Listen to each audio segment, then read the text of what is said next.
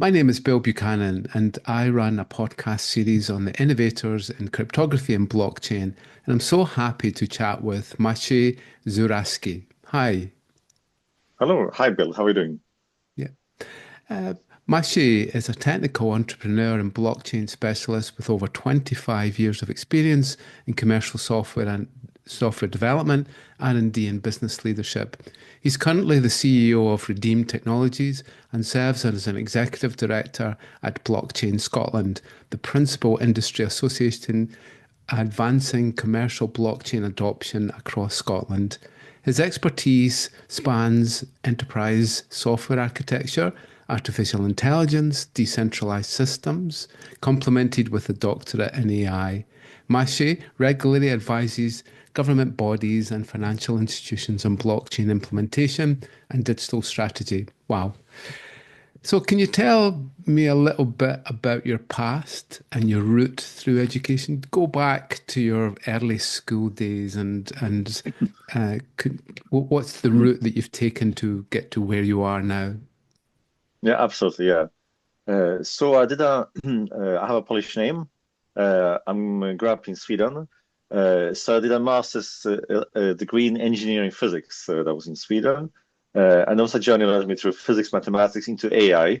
And then I came to Scotland to do my degree in informatics. And it's kind of say it's AI and actually more specifically decentralized symbolic AI. And then I embarked on a journey. After I finished my PhD in Scotland, I started one company, and that journey over the course of many years kind of led me from yeah, kind of AI into one day the kind of embrace blockchain basically. And I can if you want to be curious, I can explain how and why that happened. Yeah.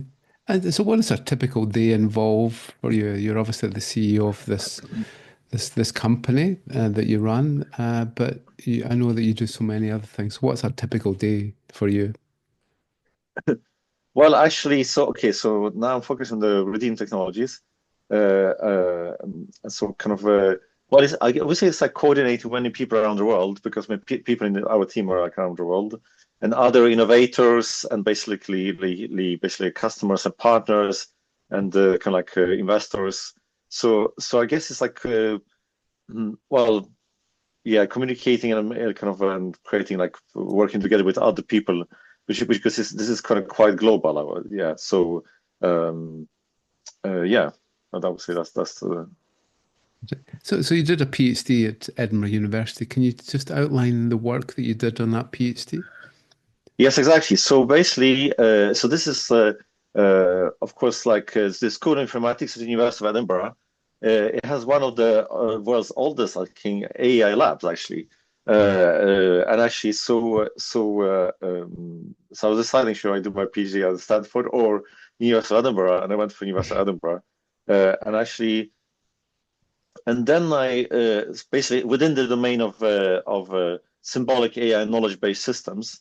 But basically, I anticipate that this, well, I just sort of like this model of having like a centralized, like omniscient, almost like kind of like source of truth. Like, oh, I think I know how like a logical model should be like. What's the best? I just thought like this is so naive. That's not how reality works. So basically, so when doing this PhD, I decided, okay, I'm going to take this thing about knowledge representation, but I will make it decentralized, basically, because because in my observation, like as a consultant in the industry, I did realize basically like the different people have, and then different like departments or different entities have like autonomy. So trying to like for us to impose like a logical model on like the whole world saying, okay, this is the way you should think. This is the kind of way you should present knowledge. It's like I just like that's not how reality works. So basically, this was the motivation for why I focus on decentralized AI, and because that can mean it can mean 100 different things. So just specifically in this case, nowadays people think of it as decentralized computation, but here's about decentralized semantics. What happens when we have an environment when we have like different people or different companies or maybe different agents, like and basically they represent knowledge in a different way. So how do you find a way for them to kind of to communicate and talk to each other? That basically like that you balance the sovereignty of the individual agent or node or company to use like the logical language they prefer, but to balance that with the kind of coherent consistency that they can communicate and basically talk to each other. So I did not use the word blockchain, but in hindsight, I mean, this is so relevant to what's now is happening much later now in the blockchain world. And so do you think, I mean, obviously there are many companies that are developing AI agent frameworks. I know that Google has one, Microsoft and so on. Do you think they are distributing their AI agents, or do you think they're more a centralized approach? All right. So basically, okay. So when someone says decentralized AI in the concept of um, okay, the two main meanings. Okay, nowadays, if someone says decentralized, typically what it means is that the computation basically is decentralized. So you have is a processor of decentralized. They say, okay, here's one agent, like I don't know, maybe like a reading website, like looking for cheap hotel rooms. Here's other one like trying to book cars, like.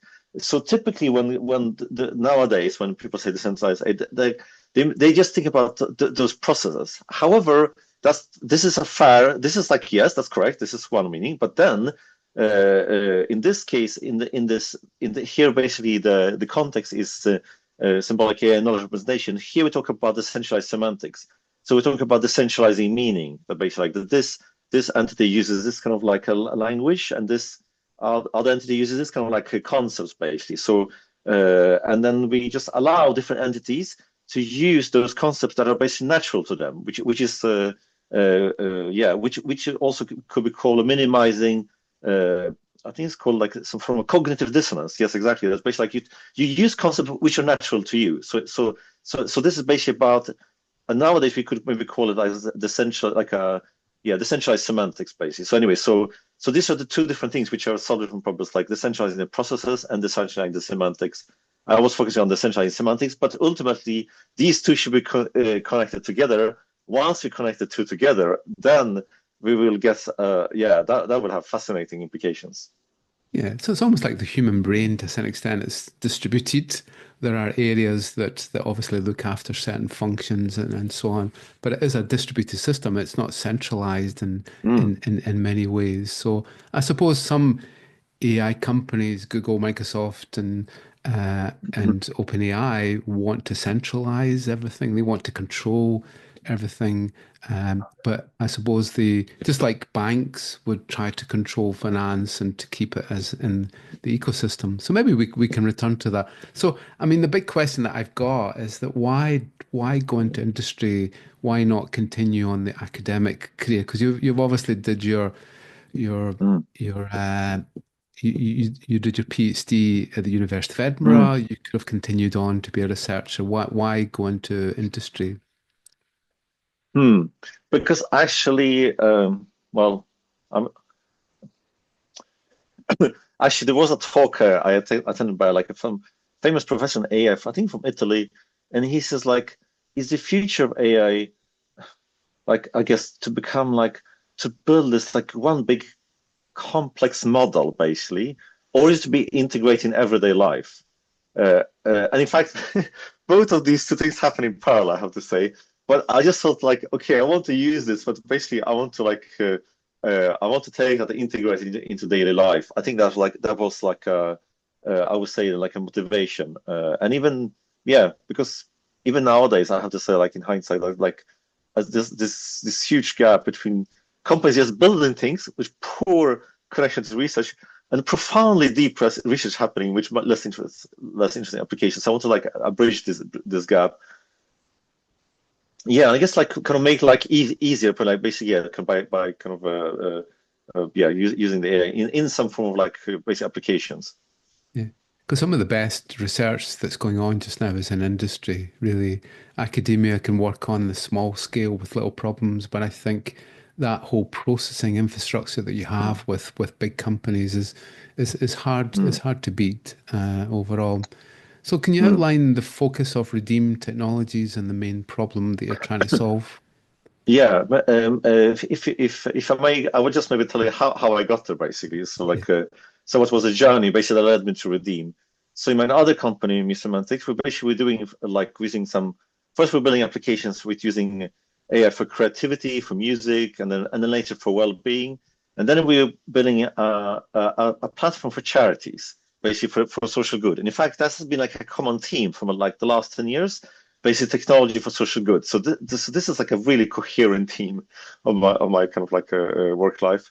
And basically there we're building like this platform for charities, like finding events near me, and then basically for like also for digitizing news, so people could use newspaper. And then we wanted to add functionality for making donations. So this is basically like this is like the journey like that got motivated me to start a company. And then basically what we tried to do was like collect some donations like in Scotland and send them to Africa. This is such a like technically this is such a trivial thing, like it's just like a data structure. Here's this one country, move from country A to B. This is what I just thought naively as a computer scientist, like this is like, so basically like in terms of user interface, I have full freedom to innovate as I wanted. In the terms of like databases, fine, I had full freedom to innovate as I wanted and make things global, like around the world. But then we got to this, and this is in the other company again, that okay, now we want to collect those donations here and move around the country. Then the payment gateway that we have, you say, no, sorry, you can't do that. I said, like what? Like why not? And they said, like, well, Africa, this is like low priority. This is not a very interesting country. You should like, but I was like, but you are like one of the biggest payment providers like in the universe with all those billions in value. You're telling me that I'm not allowed to basically, you're basically permissioning me. You're telling me my innovation is only supposed to work in the West. I was supposed to basically like ignore Africa, for example. Like what? And then I did some more research, and people said, no, but you see, the way you do this, you build a patchwork. You buy like 5 different payment gateways, one for Europe, one for Africa. You employ like 10 people, and you spend like a year doing system integration. You build this like patchwork. You set aside £1 million, you employ 10 people. You do this kind of patchwork. I said, like, are you joking? And then basically, so then I realized, like, wow, in all other dimensions of innovations, I can do what I want in terms of UI, data collection, and so. But in terms of finance, basically, someone else is telling me, no, you can only stick here. You can't move down the continent. No, I don't want to do that. And then maybe if I use this integration with the payment in Africa, they're going to charge me 5% transaction fee. So the system becomes kind of unworkable. And basically, this was the wake up moment. It's like, wow, there must be a different way. That was basically that was the motivation for Redeem technology, and that was basically what inspired me to explore blockchain and basically permissionless system, where basically the innovators can realize the global vision as they want, and they're not basically at the mercy of corporations basically telling you, oh, you can't do this, basically, but can actually realize the full user value, the full ethical value, the full social value of the application. So this was basically the motivation that got us to start Redeem Technologies. Yeah. And I know that in some circumstances it can take days, if not weeks, to get aid to certain areas of the world, and each of the entities in between is taking a cut of the funds. So can you give me an outline? I mean, you don't want to give away your intellectual property, of course, but and you talked about permissionless. So permissionless is something like Ethereum or a blockchain like that. Could you just give a quick overview of how your blockchain and DLT systems work for your product? Yeah, sure. Yes. So we currently we are still building the commercial product. We have like a proof of concept. So basically, so the problem we are solving is the one which I mentioned, so about being able to make like donations like from any country to any country around the world. Basically, we put like no limitations, and then also like some other problems. We also like to make it like, as you said, like to reduce fees, transaction fees, and also like then we realized that the other problems we are solving is like reducing fraud and inefficiency. So in our case, actually, our innovation to do all of these things. Okay, so maybe I just take a step back. But like, let's say roughly 15 years ago, someone could send a donation, let's say from UK to Africa by just sending some bit of a Bitcoin. This was there already 15 years ago. And then a few years ago, you had those like kind of custodial payment, like kind of platforms, like centralized platforms for doing like crypto donations. Okay, I want to help some, like say, some project in Africa. So I'll send like a Ethereum or Bitcoin to like a centralized account. of this platform, and then they change it into fiat and they give it to a charity in Africa. So this was there available there a few years ago, and what we're doing is like the next step. So I'm saying like this evolution started 15 years ago. 1 year there was more than 1 billion given in crypto donations in 2024, and this year is estimated it's going to be 2.5 billion given in crypto donations. But basically, so that was like the precursors. So basically, so what we're doing in Redeem is like this is basically it's like a natural evolution of those earlier things. And here we're saying, okay, that's nice. You can send like Ethereum or like a Bitcoin, like a crypto, but actually most people would don't want to do like a risk to send like a volatile currency. They just want to have a transparency, efficiency, predictability. So actually we're gonna basically we're kind of using stable coins. So coins which combine the efficiency of the blockchain to move around assets with almost zero cost, with the stability of the nation state, of the currency nation state. So typically some kind of dollar coin. And in our case, we are building an application which is not only is on top of blockchain, which like a permissionless blockchain, so it can be used by the whole world. And also like the people in different countries that normally don't trust each other, normally don't like, I don't like your bike system, I don't like yours. So by using a decentralized blockchain, then it works in the whole world. That's like an amazing thing. But for our specific application, also to eliminate this thing with fraud, basically we use this thing called decentralized identity, which basically allows which is like in our case, we're going to use an open source standard created by someone else. And this allows basically someone to be a donor or a beneficiary, basically, and use our application, and while still in combining privacy and compliance, basically, and this is something which will allow someone, let's say in Europe, to know my money goes to a person in Africa, and they get like a logical proof that my money did right, while still protecting their privacy because the person didn't maybe expose who they are. So basically, so we're building something on top of this. And actually, here's the thing. Unlike the other application which I mentioned, there's about like donate to a person, to an organization. Actually, so here's the thing. Here someone actually donates to a cause. So we actually capture their intention. So normally when someone makes like a donation to a charity or someone, it's just a trust-based system. It's like, oh, I would like to help 100 children in Africa. So in the old system, you just send some money and say, now I'm trusting you to do it, but there's no way to control it. Our system is trustless. Our system does not trust anyone to be honest and benevolent in the whole system. It just uses, the mathematics, the AI and cryptography to capture someone's intention, and basically using symbolic AI, add it on top of the donation, and it basically is going to do hard enforcement, basically. So basically, and now going back to my research at PhD, you do like formal verification and matching. Basically, on one hand, there are like this stream of donations with beneficiaries, and then matching so that someone that receives the money is the type of person that basically like satisfies like kind of your criteria. So that's like a high level description. Yeah, and what about things like tax? Does that cause a problem? Is there some sort of audit trail? Because obviously you need to convert it into some sort of fiat currency to define that something has been paid. Is there audit trails for that? Actually, so basically here, not only that, here's basically unlike all other systems we are aware of for this like end-to-end donations, basically like this. Basically here it has like real-time auditability. So even when someone buys, let's say those like 10, like say 100 vouchers to like say help 100 children in say Uganda, then that's all the like in real time. The whole world can see it is there. Yeah, and also like when it's basically so there's an on-ramp to move the money from the normal financial system to this blockchain product, and then when it switches the beneficiaries, let's say initially in Africa, the first trials, then basically then it's called off-ramp. That's the way to get out from the blockchain to the normal financial system. So every participant basically, I mean, has to follow the kind of the legal jurisdiction, and these and on and off ramps are basically highly regulated. So yeah, so everyone like so it's just there's nothing basically that's hidden there basically, except the name, and I just might be like encrypted, but basically like this like so every participant has to follow like the local laws basically. And in fact, a state could monitor this in real time and see everything is lawful.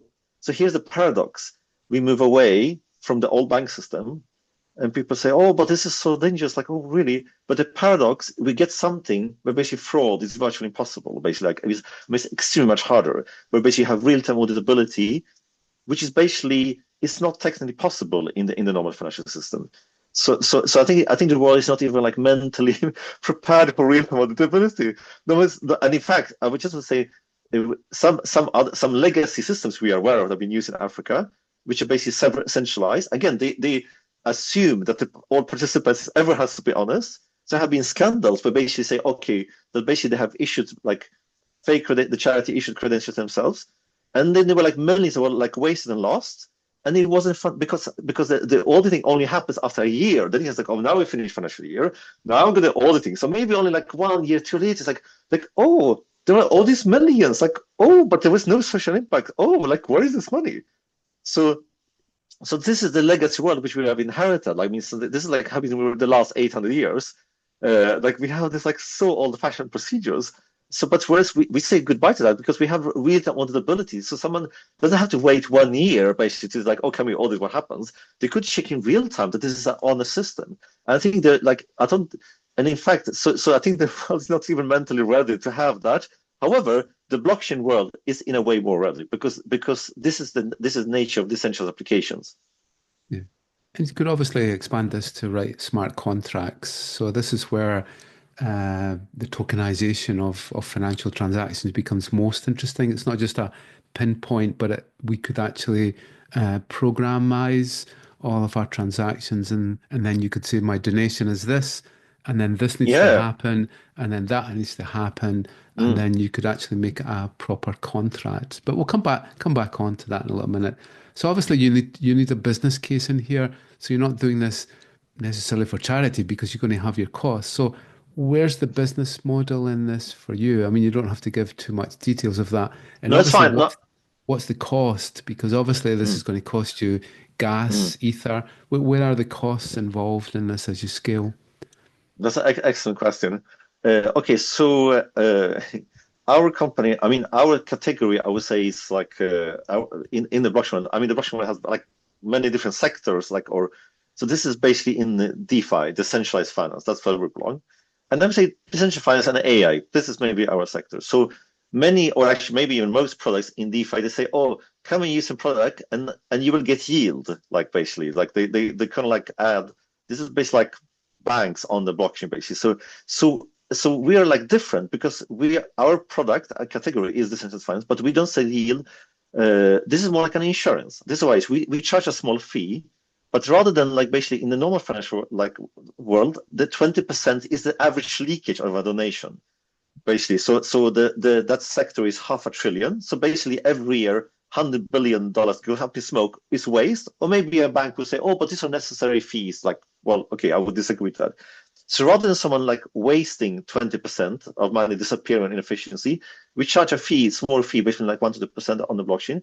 But then we give someone a mathematical guarantee. Money will arrive there. It can't be stolen, can't be misappropriated. You see in real time where it is, and you get logical proof. And this like extraordinary granularity that is not possible in the normal financial system. So I would say it's like this tiny fee is like is basically, rather than like leaking or wasting 20%, you pay like a 1 or 2% fee, basically to get like an insurance that I get my money will arrive, it will deliver the social impact I want. So that's how I see it. Yeah. And in terms of cost, is your underlying ledger, is it Ethereum? Yes. So our proof of concept that we have now currently is on Polygon. And there are currently more than 200 blockchains, so lots of blockchains. And of course, Ethereum is the in a way the standard. So this is one of those blockchains basically which are compatible with Ethereum. So it's EVM compatible. And our vision is to do something cross-chain. So like long term, our vision is okay. Someone may like donate on any chain, and the beneficiaries like they can redeem on any chain. That's where we want to go to. But we're starting with EVM, but we want to go. Yeah, we want to basically we want to go beyond even EVM, but like we're starting with EVM, basically like, but the vision is like donate on any chain, redeem on any chain, basically whatever is like the need of that way we can like both accommodate the need of the donors, like whether you would like to prefer to send the money, and the need of the beneficiaries. That's how I see it. Yeah. I do think stable coins will eventually help these transactions because at least you can tether values rather than the volatility of Bitcoin and Ethereum. Yeah, actually, so basically, we are basically the stable coins are a core ingredient in our product, basically. So I would say that almost every user we think basically will want to do their programmable donation using stable coins. And I'm sure the listener know that the currently is probably something like more than $200 billion in stable coin issued on the blockchain. And of course, I mean, like this is another thing to highlight. Basically, the world of like crypto and crypto donation, sorry, crypto speculation, and like this is one world, and the world of using like say conservative use of blockchain as a backend with stablecoin just for efficiency. Mm. This is like a different universe. So we are in that universe, and not only us. I mean, like so yeah. So stablecoin is like this is basically like one of the core ingredients, and not only for us. I mean, the stablecoins will transform like many industries basically, and then people realize like, oh, actually, why should I use this old legacy bank infrastructure, which is so regional, so expensive, where I can basically like I can use stable coins. Yeah. But it's a Marmite topic. So I think the Bank of England are looking at CBDCs, central bank digital currencies, just now. And many people are worried about the privacy of the main ledger that's contained, that obviously the bank could actually start to spy on you. So do you think there are ways that we could actually create these CBDCs that really help with these types of issues? Okay, so we as it's kind of yeah, we have been engaging like in this conversation, all of us, like in this with the Bank of England. Uh, and actually, what I wrote in my consultation response like 2 years ago to Digital Pound, I said CBDCs are possible, they're not necessary, but stablecoins are definitely necessary. That's actually what I wrote 2 years ago, and I think that this is the short answer, because and this the only slight difference is that CBDC you have like a private bank that is the issuer of the pound, whereas actually CBC, it is like the Bank of England directly, basically. So that's still like I see. I'm still okay. It's like this. The CBDCs, I'm still not sure like what they are for. Basically, I'm still not sure. I don't like having read this like consultation from the like which is like 120 pages. Even after reading this, like I'm still not sure like why like what is this like magically better superior than stablecoins, but stablecoins are absolutely 100% necessary, so that I'm sure about. And in fact, and there will be different stablecoins, some on public blockchain, some on blockchain with like some privacy. So we have like different flavors of stablecoins that have like different levels of like public or more private use. So I think the market will take care of that. And I see there are some use cases where basically CBDCs could have a benefit. For example, if I mean, I think like so yeah. So the same kind definitely, but I think the one of the few cases where the CBDCs could be necessary, sorry, it could be useful, but again, useful but not necessary, is the government says, okay, rather than like that, we have to pay like our consumers have to pay billions of fees to card companies. We now have like a free ledger where basically every, let's say, commercial product in the UK should be able to, like compatible with this ledger that you can deposit, you can move your money there for free and move them back, and then basically we won't charge you any fees. So of course that would be quite nice. Like, and then that would be like a use case, because then everyone would have like a free ledger where you can put money move them when you want without having to pay those huge fees to card companies. So this is one of the few, like, so I would say that's the best case for something like that. Like, and this is basically will increase competition, because now we have basically in Visa and MasterCard, they have like a de facto duopoly, and we never voted like, oh, we want to give like a duopoly to these corporations. So in a way, we could like, if we had like a free ledger, then they wouldn't have to pay them a billion in fees. But however, the CBT is strictly speaking not necessary for that. We could do the same with stablecoins. Yeah. I suppose it's all to do with trust and it's to do with citizen trust. So Mm, do you trust that the Bank of England will pay out on every single stable coin? And we've moved away from the gold standard a long time ago. I think mm. only Switzerland actually has enough gold in the reserves to pay all of the money back from the fiat currency. So I suppose it's whether you can audit an entity to make sure that they have maybe 80 to 90%, because it happened in the UK with the Northern Bank. There was a run on the bank. Everybody tried to draw their Mm, money out, and they probably didn't have enough money to cover. So it can really affect. So I suppose it's that trustworthiness. And obviously, the Bank of England is a highly trustworthy source. You would think that if you try to redeem mm. your coins, then they will be able to pay them back. So it's a challenging area, and I think obviously in the UK we have a strong finance industry as we are. I mean, Edinburgh, London, Manchester, and so on are very strong areas, and obviously you don't want to decimate your infrastructure. So do you think decentralized finance is a competitor, is a challenger, or do you think it can sit? Do you think the existing banks, the commercial banks, should be adopting distributed finance, or is it too risky for them? Are they competing against each other? Basically, it's just I would say it's a inevitable future, and also it is also in at least in specific geographies, in specific countries.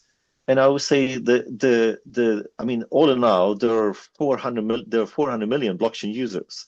So in some countries, for example, United Arab Emirates, in the Philippines, say Kenya, Nigeria. I mean, there are some countries where this basically decentralized finance applications, they have taken a big chunk of the market, and people's like think like, why should I use like a centralized bank application? And actually, the users, the consumer preference is to not use a centralized bank application. It's a preference to use a DeFi. So basically, this is basically the current reality that basically there are many countries which are far away from Northern Europe.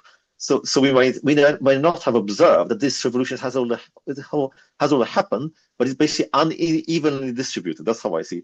Whereas in Northern Europe, you might think, and in the UK, you think, oh, like this like innovation, this disruption going to come, but it has only come.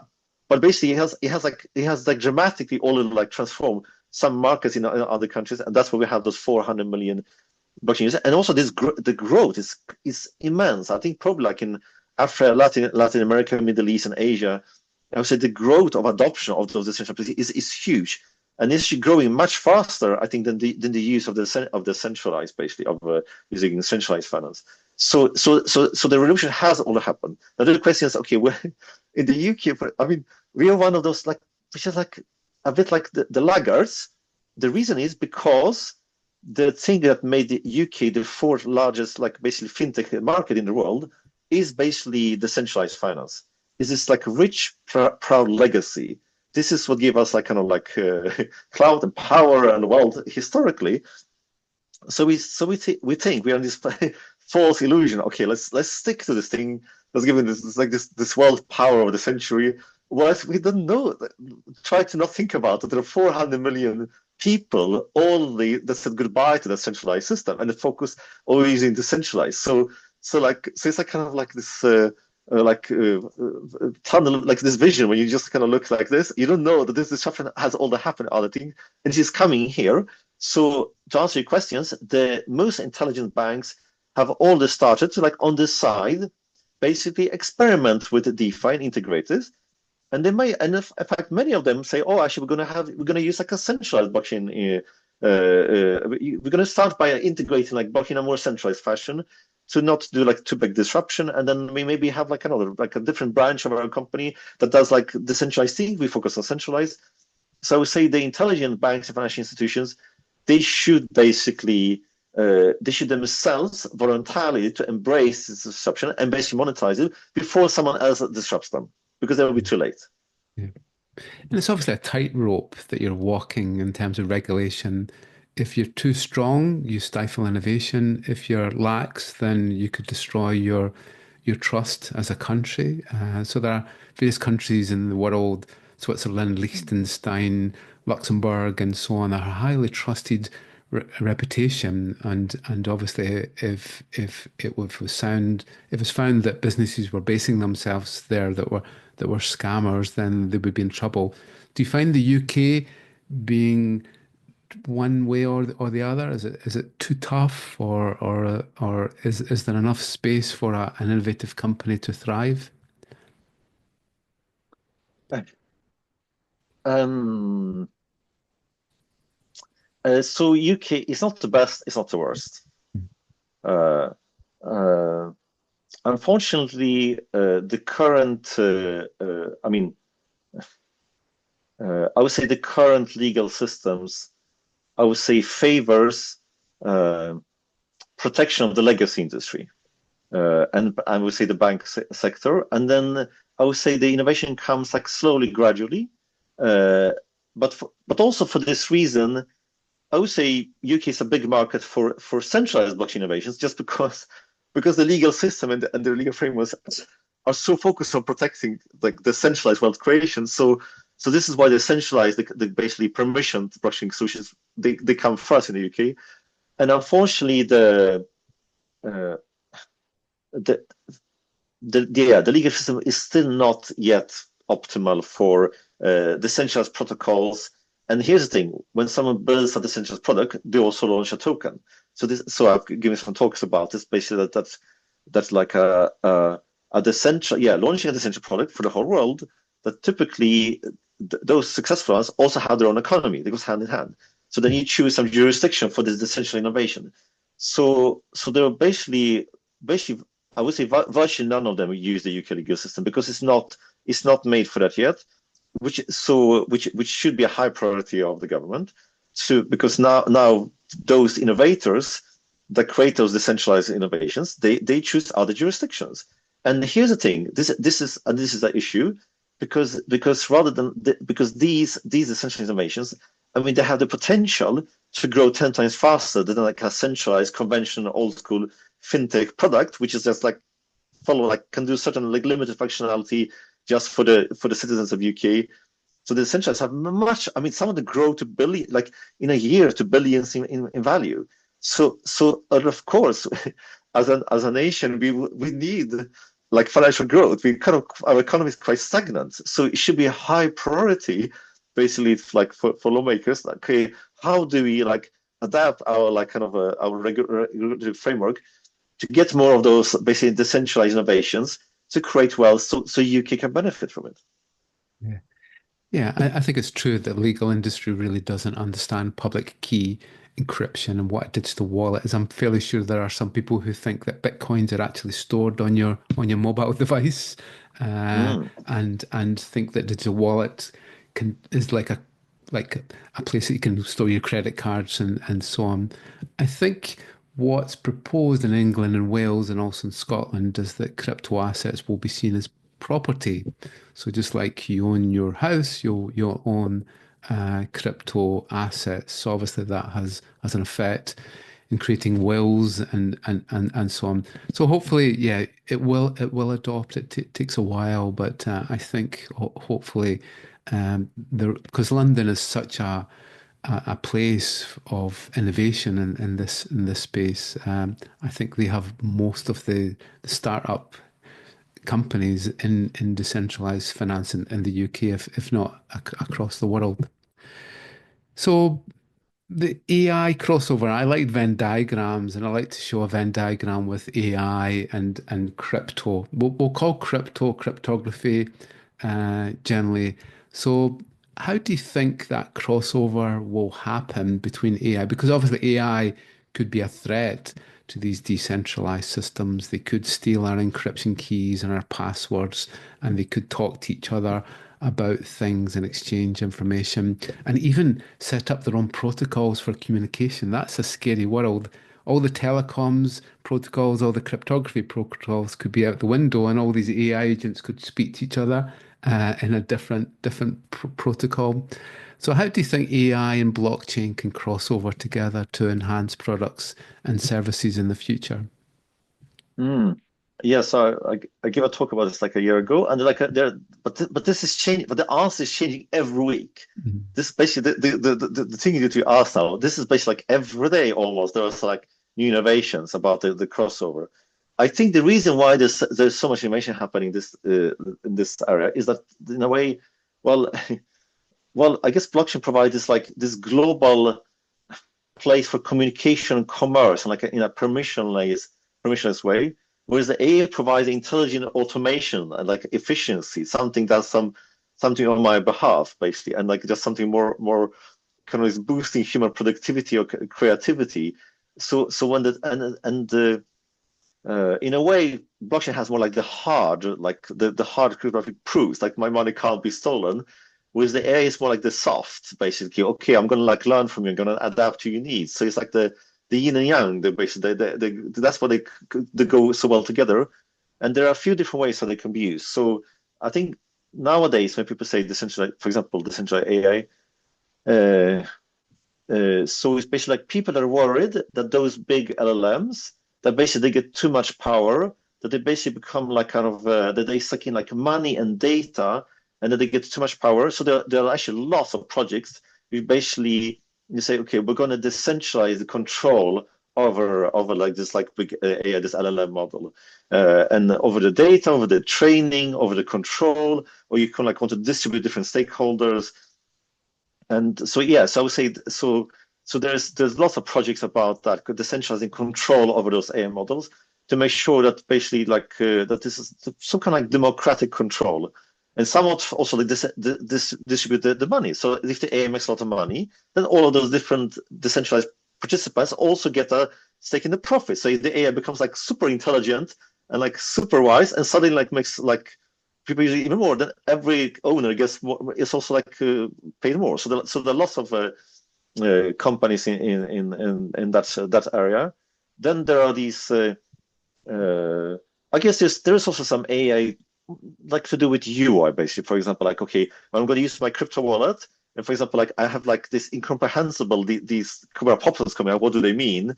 So there's also some AI can be used for just on the user, basically to make like a more user-friendly user experience with the blockchain. So kind of to help the user, okay, is this safe? Is this like transaction safe? Is it like dangerous? So I think that's also can be used for usability. And then we have the agents, basically. Which is like I guess we had like the centralized AI, where basically the user has like take the initiative every step. Okay, now here's a problem. Think about it. Give me the result.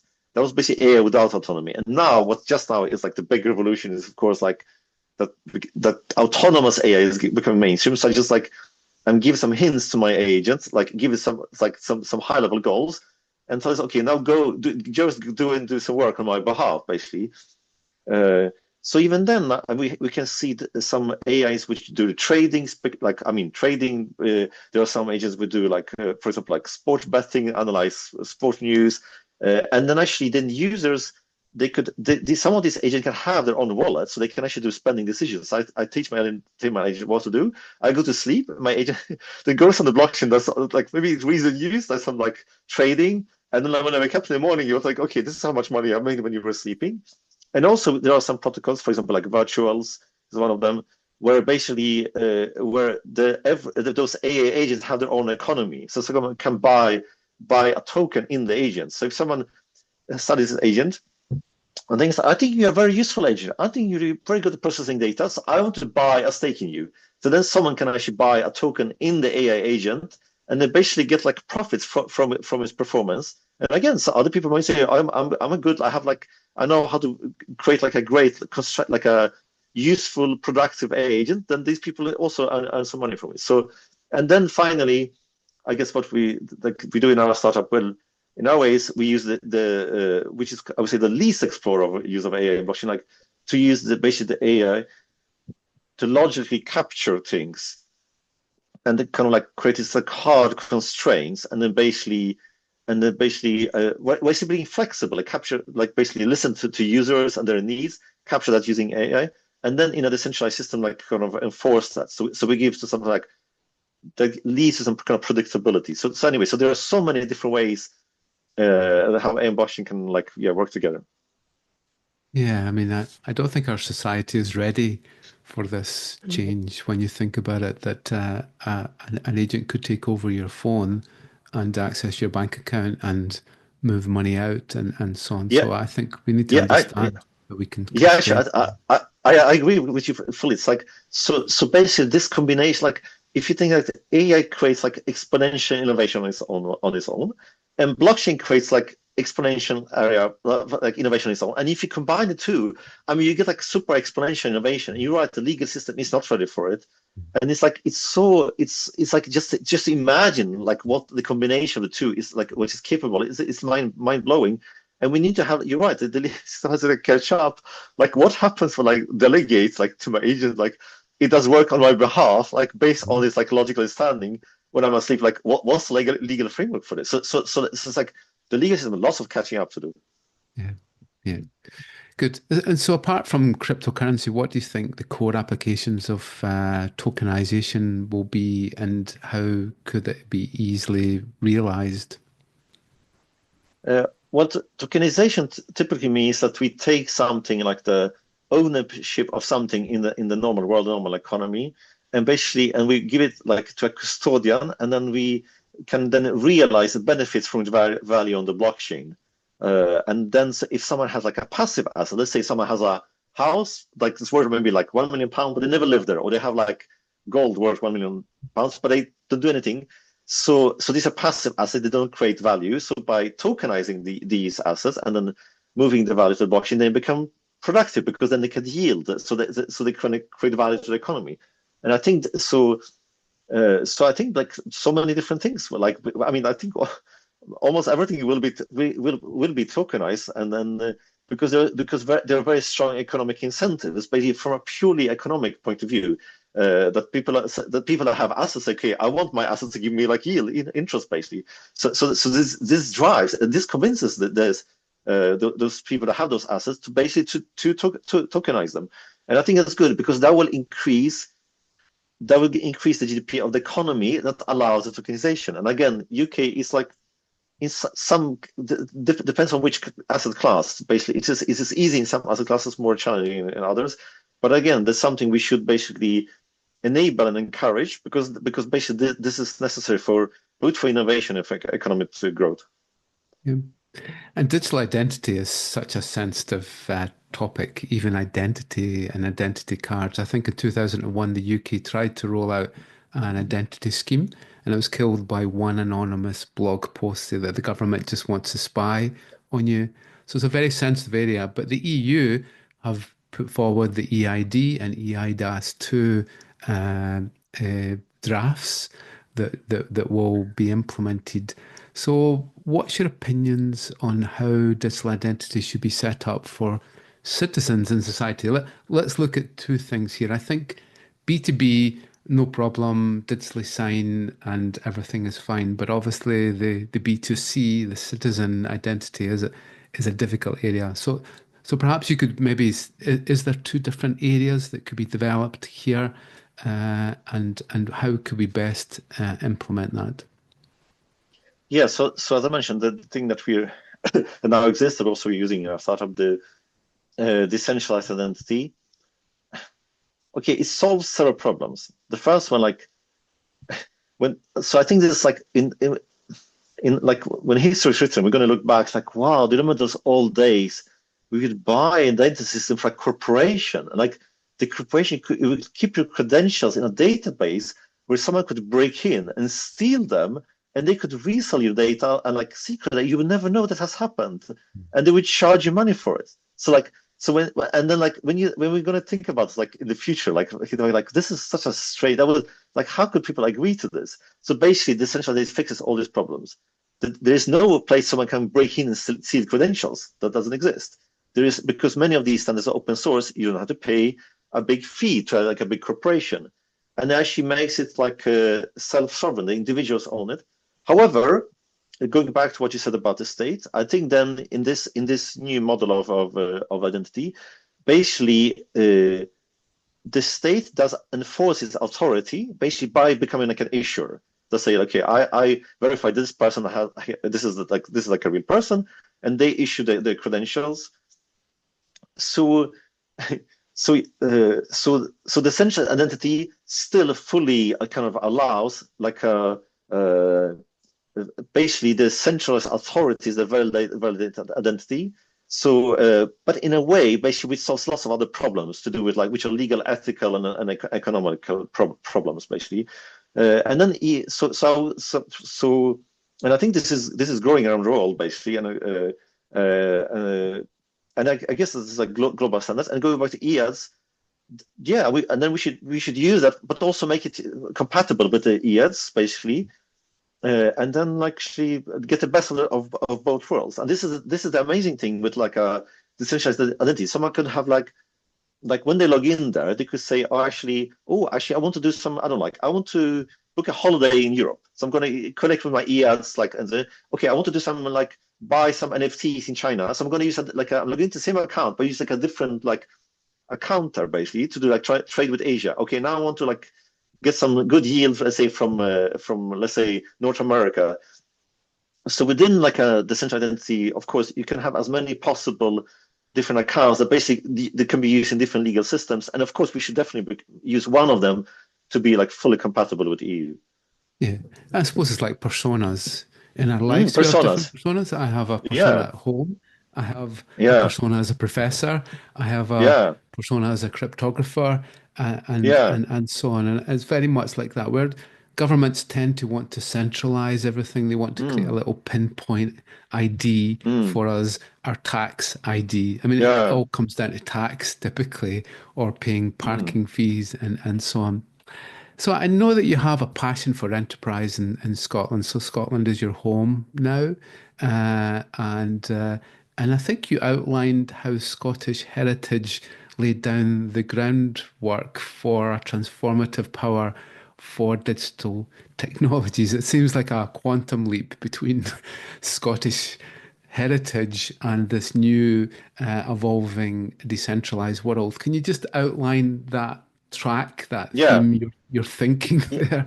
Yeah, no, sure. I mean that would be like a whole like a yeah, just like some ideas. Of course, like Adam Smith, that basically and I gave of course I have a talk on YouTube about this more deeply, but so to him like to engage basically in a exchange in a marketplace uh, was a moral permissionless right. So basically, so when he wrote that 250 years ago, he the way he described it, like the thing about that this interaction is permissionless. It's just like a natural. It comes from like a moral right of being a person. Yeah.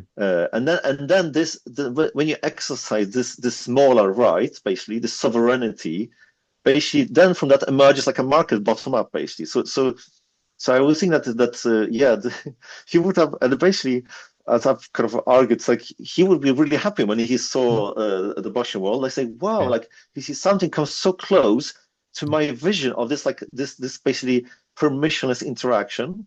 And the other one is also I would highlight from Scottish history is Hume, David Hume.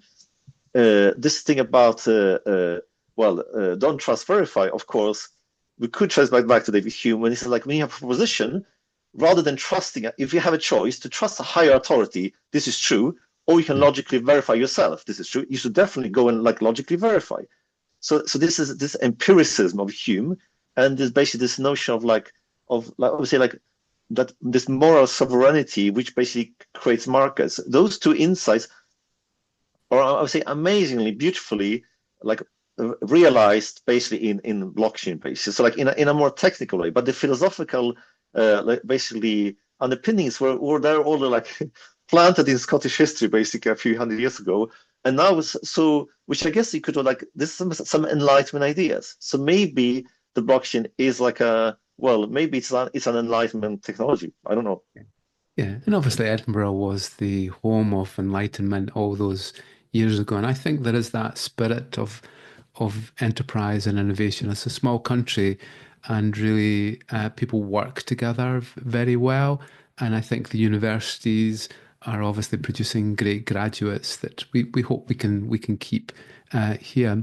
And I think you say that innovation is not only about making new products, but it's about reimagining and recreating the world from first principles. That's a big moral statement. Can you actually just describe what that actually means and give maybe an example of it? Well, I guess to go back to where this story is kind of started, like I would say my first degree was like in physics. It's like I guess in physics, then it's like then you kind of like engineering physics, you study, okay, here are the laws of physics. Principles. So here's Yeah. like a universe. Here are like Yeah. the kind of like 5 rules, basically like the laws of physics basically govern this universe. So when you know them, then basically like then you can build something within that universe. And then, but in this case, I'm thinking more about like the economical laws basically, because many, I mean, for the last, I would say 20, 30 years, basically, I mean, no, 20 years or so, we had this like technology innovation in using the smartphones created.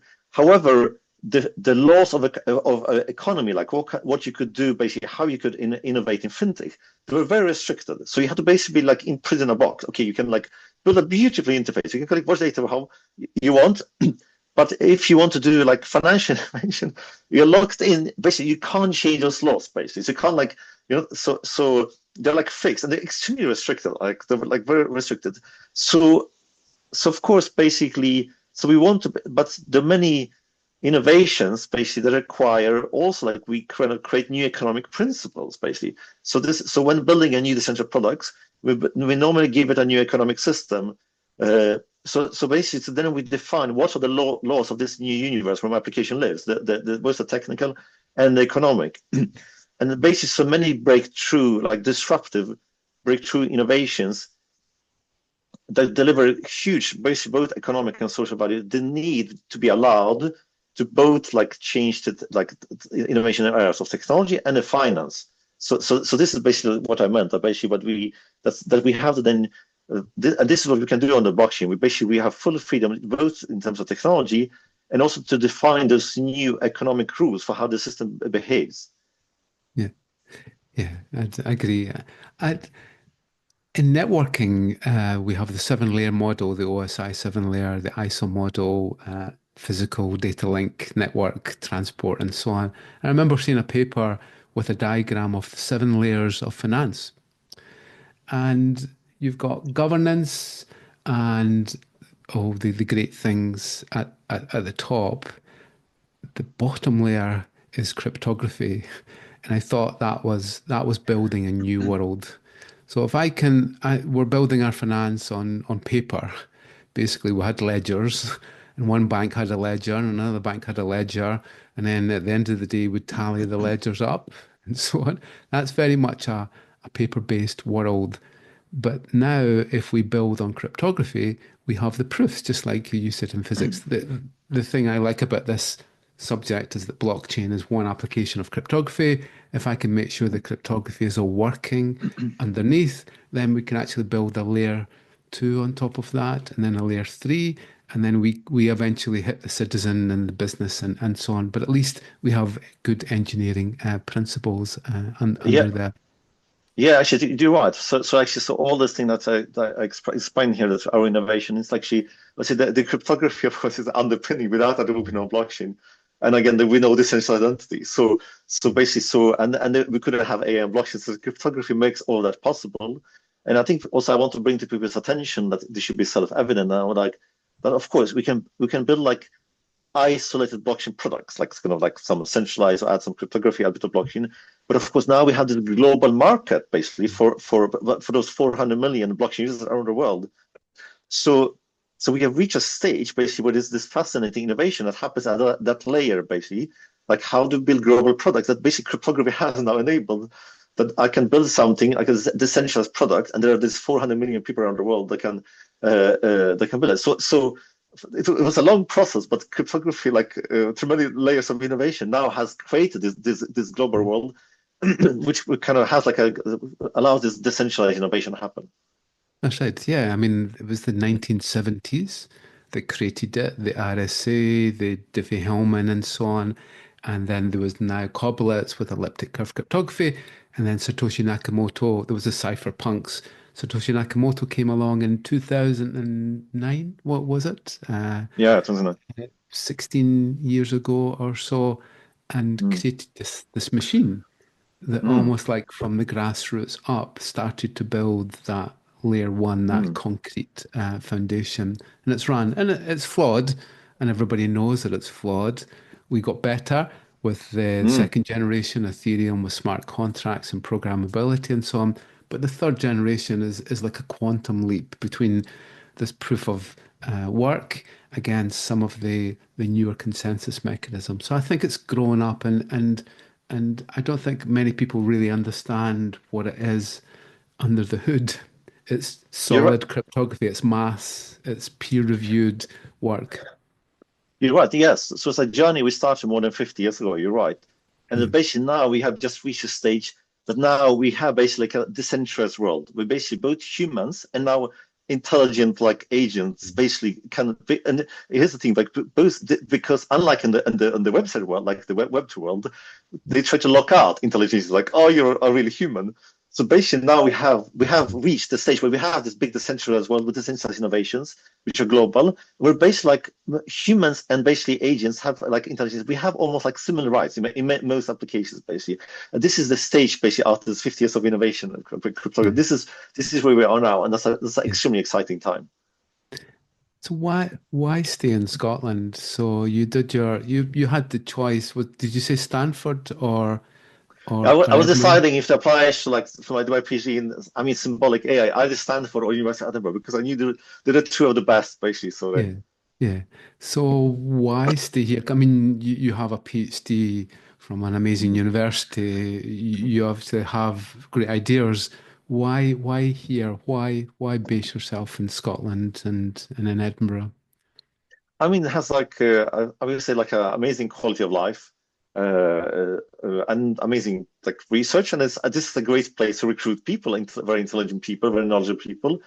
And as we discussed about this, like enlightenment and all that, this is where the city of the mind, as it's also called, many groundbreaking innovations were born. So even though uh, many, I mean, our commercial partners, many of them might be far outside of UK, but like it's a great place for, I would say, like the research and in the innovation, and from like planting these basically disruptive ideas that will ultimately like kind of spread around the world. That's great. I think there are more graduates per head of the population in Edinburgh than there is in virtually any place on the planet. I think there's only small areas of the US, California, and New York State, and so on, that there is a higher percentage. Oh, But wow. Edinburgh has and obviously it's people want to stay here, so it's great. And I know that you run Blockchain Scotland, and it's such an important thing for you. So what's the basic mission of Blockchain Scotland? Okay, basically to kind of make sure that blockchain, now we have world-class research about blockchain in Scotland, but we also wanted to benefit society and the industry. So to bridge this gap between the research and then okay, there are a few different things. If someone is a student or someone is early in the career, to help them to find like a blockchain job or anything related to that. That's number one. Number two, if someone is like a researcher or entrepreneur, they have like an idea. Oh, I have this like idea, cryptography or blockchain. I would like to like build a company around that. So basically to help to make those ideas to grow this idea, make them successful, which is as I mentioned, is like equal amounts of like technology and economics. These because to help them with which because these things are not opposed to each other. In the world of decentralized information, these to go hand in hand. And then also like then there are these established global blockchain companies that basically want to reach out to let's say to UK, to the developers in UK and in Scotland to help those big blockchain companies to establish themselves. And finally, like banks, governments, institutions, they say, okay, we're going to make some like policy. We're going to do like top down, centralized. So like, and it's like a long slow process to also engage with those like really big institutions that do things like in like to create some form of like standards to do with blockchain which might affect citizens. So say like this like the whole spectrum from the smallest to the biggest, but ultimately it's about increasing innovation and basically improving, like growing the economy and like kind of and having like a positive social impact. Yeah.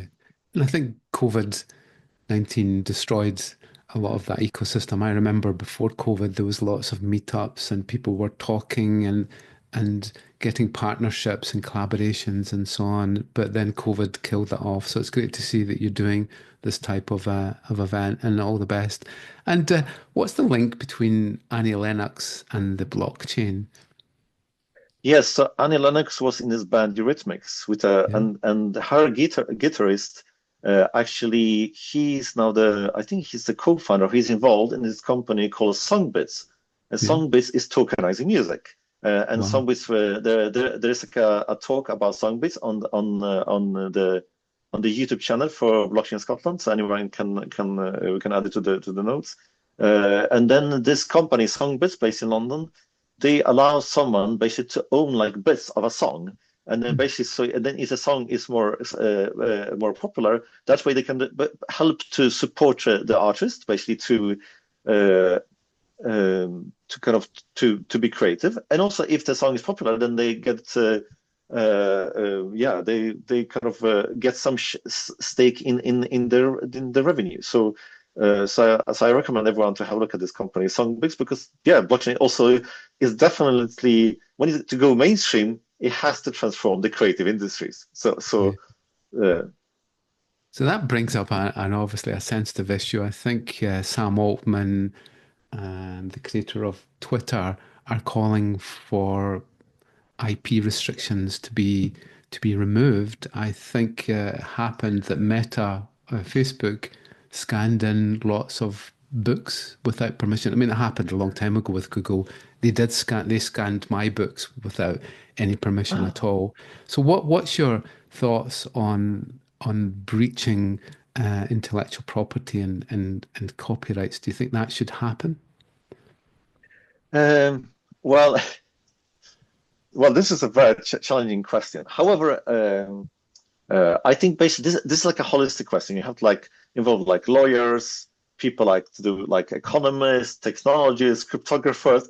I mean, you probably have to involve people from 10 different disciplines to come to the like an optimal like answer. I mean, I mean, I think both extremes are probably bad. Like the extreme saying, okay, this copyright is like it's like I don't know, you have like written permission for like for even Yeah, like to quote like this book in your class. I mean, like yeah, whatever. I mean, some things are like too yeah, restrictive, and there's too much like less fair. You can copy anything, anything goes, and it has like. So I would say I'm against basically the two extremes. I think that probably the right answer is somewhere in between.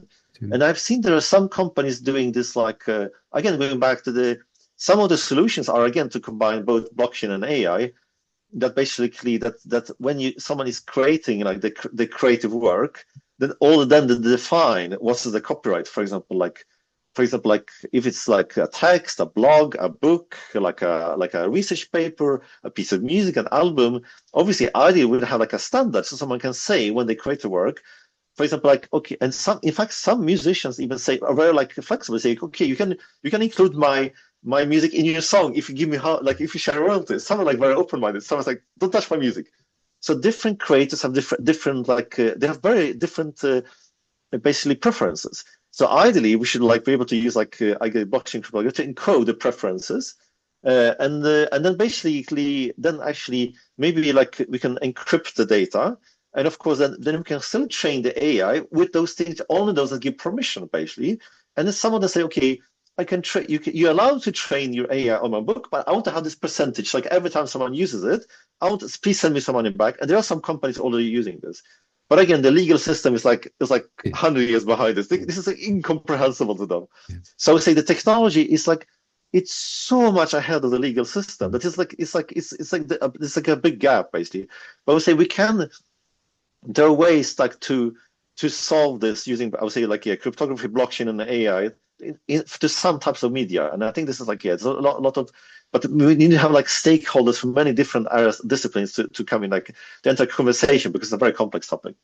Yeah. I mean, the proof of ownership has always been a good use case. I can show you that I took this photograph Mm, because I took a hash of it and I put it onto the blockchain, and you can see it's mm, immutable at that time that actually happened. So I think we need to get mm, smarter in terms of digital signing of content to provide the mm, proof. And you're right, the legal system needs to catch up with it rather than it being a patent or something that I write a letter to my solicitor who puts in a safe. It needs to have much more cryptographic methods. And I think EI does too, starts to hint towards a legal certainty.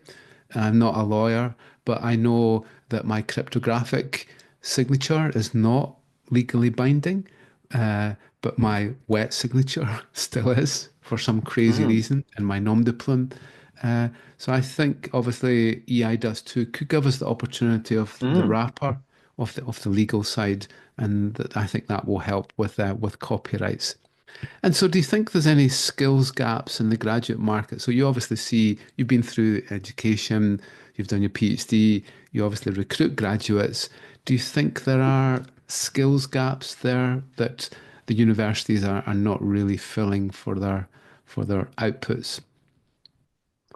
Um, so you mean like skills gap in the sense of like skills that the graduates need to get a job, let's say in blockchain There's specifically?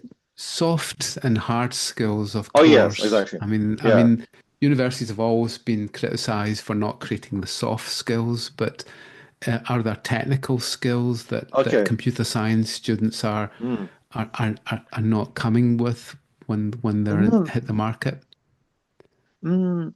I, yeah, no, I think it's actually getting better. I would just say that actually, I mean, okay, this my specific area of expertise, decentralized finance. I mean, it just emerged in Scotland basically. Like so there are some there is technical there's basically like technical and cryptographic like research about this, but I would say there's basically this. I don't think that we don't even have a degree. You can't get a degree in Yeah, decentralized finance. That doesn't. yeah, So I would say, in fact, in a way, actually, paradoxically, like basically.